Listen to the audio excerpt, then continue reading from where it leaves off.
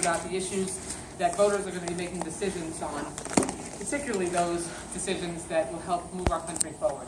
I represent the state of Florida in Congress, and like Nevada, Florida has been through, like Nevada has, a particularly impactful and challenging period during the Great Recession and as we've come out of it.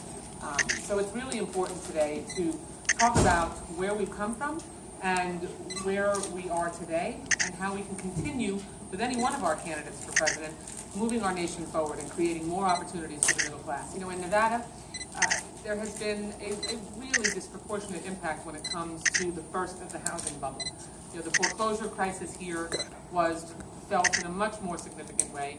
Florida was similar, and so it's taken a bit longer to climb out of that crisis, but we've made progress. A particular contrast between any of the Democratic candidates and any of the Republican candidates is that, actually, and Dina would remember this, in 2010, when the Republicans took over the Congress, among their first bills were 4 different bills that would have repealed the steps that the Obama administration took to help people keep a roof over their heads and remain in their homes. So, it's on every measure of how people can reach the middle class. Democrats have tried to move America forward, and the Republicans, as we've seen in their first 2 debates, have done everything they can to try to drag us back to failed policies that got us into that economic crisis in the first place, and where they apparently want to keep us, or certainly adopt policies that will keep us there.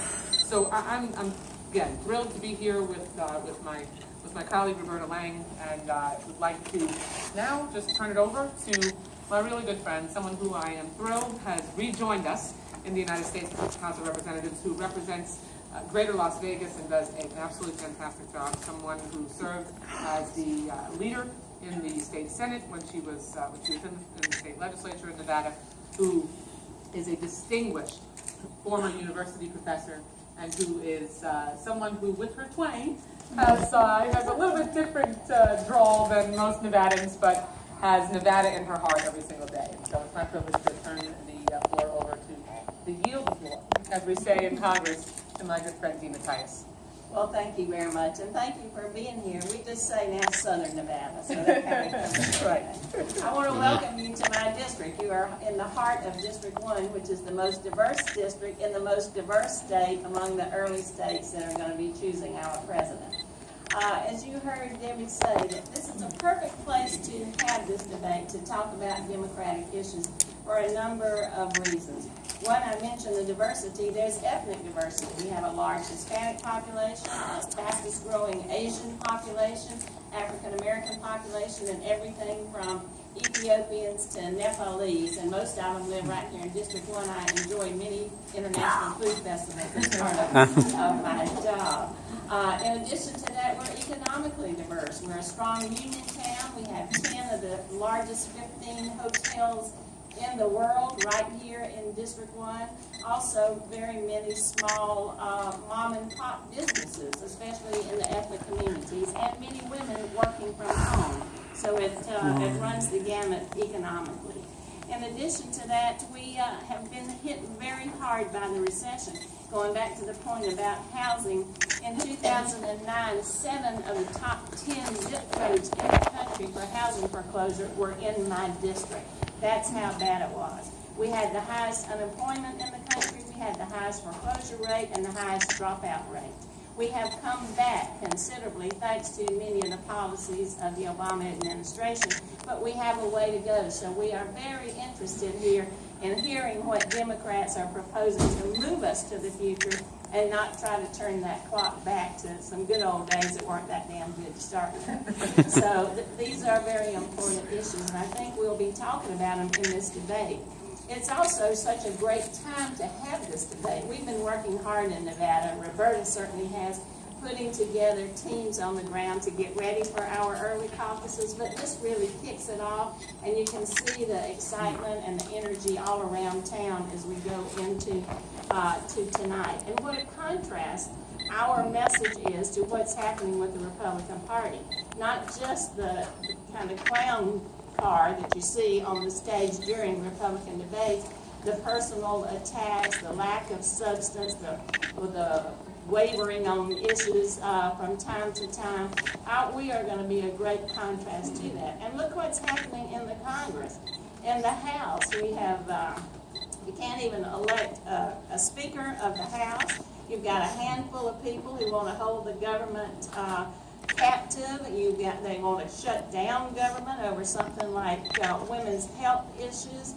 They are using a government committee and they admit it themselves to attack the Democratic front runner and bring her numbers down. I mean, this is not the way people want government to run. They have real problems. They care about education access. They care about income inequality. They care about immigration reform.